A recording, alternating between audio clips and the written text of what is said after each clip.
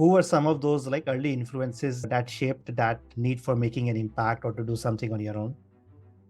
I think so. If I have to talk about my own personal journey, I actually started exploring something new post my maternity leave, right? So, the time when people generally are thinking about something here and there, I actually took that time to basically explore and think what is it that I want to do. Something like I clearly knew, like working for more than like 7, 8 years into the corporate world, that yes, this is something I like, but it was not something which I was really enjoying. So typically during my mat leave, I took the time to basically think what is it that will get me excited. So in fact, that was the time when this entire Instagram, the marketing, these things were coming into place. So I just took the plunge that instead of going back and joining back to my office, I took the time to exploring and learning Instagram marketing, understanding how this photography industry works.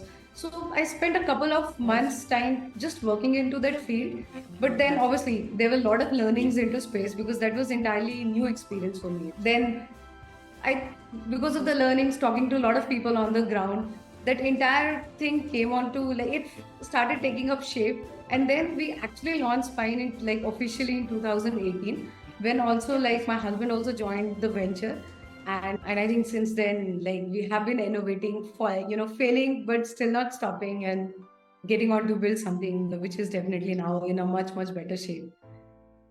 Thank you for sharing that. And I can relate to that because I started my own school of leadership a few months after I became a father. And I can sense that that's a Yeah. big event that can create a shift in thinking. So, can you maybe explore a little bit around that? Did that cause you to think differently? And then how has the journey been after that? I think thinking is not something different thinking. It doesn't happen in a day's time or in a month's time, something like that. I think it's a trait that eventually gets built over the years. As a child, if I go back into my journey, and then I think a lot of my thinking has been shaped by my parents. I have been very lucky to have very radical parents. At a time like when people still used to think that daughters are meant to be married off at an age, but my parents like they have always pushed us to think out of the box. You need to be like it's okay to fail, but it's not okay to not try. And I think that's the kind of ideology I have grown up with.